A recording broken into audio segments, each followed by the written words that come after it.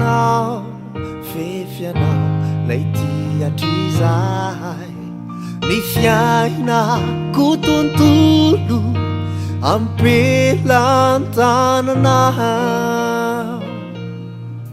Naiza naiza mety ho ale azoko antoka feo ianao hitantanany ity hiaro ahy tsy hola ato ampoko lay fity avelao aho hideranao ato ampoko tsy hosolokio fa hokolokolokio ilay fitiavanao.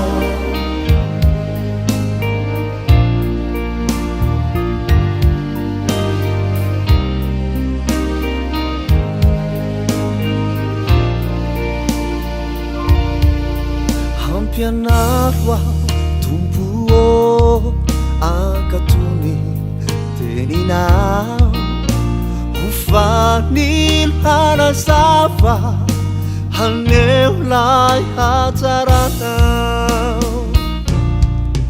Naiza naiza mety ho ale azoko antoka feo ianao hitantanany ity hiaro ahy tsy hola